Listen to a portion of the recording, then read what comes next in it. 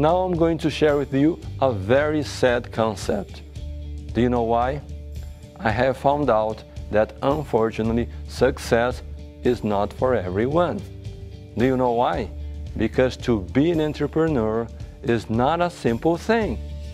It's a constant challenge and must be diligent, met with vitality and with willpower. I have found that people who wish to win, to become successful, accept no excuses on their path to success. They don't give excuse to themselves, and they don't accept excuses from other people. And usually, an excuse is just a simple way for people without a positive attitude to justify their inner lack of ambition. And did you know that excuses are very dangerous?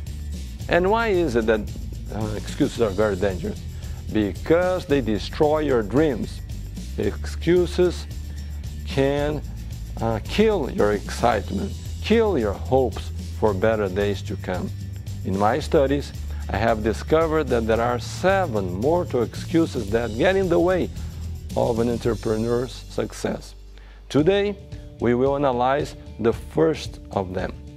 Do you know that the first excuse that an unsuccessful individual gives to justify his lack of success or lack of action? If he lives in a small town, he usually says this: "This town is no good. This town is very small. Nothing ever gets ahead here. But if I live in a big city, my business would prosper." And do you know what's even more interesting? There are many people in the big city who use the very same excuse. They say something like this: "This city is too big.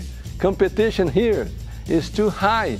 People already have everything they need. But if I lived in a small town, then my results would be completely different."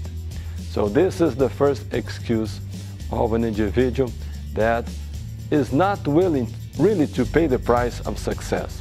On the other hand, a successful person grows, develops, progresses both in a small town and in the big city, because he or she does not allow himself or herself to be influenced by outside factors. He knows that his fortune comes from inside, from within, from his own ability as an entrepreneur. Whatever market, whatever organization, or whatever line of product he is marketing.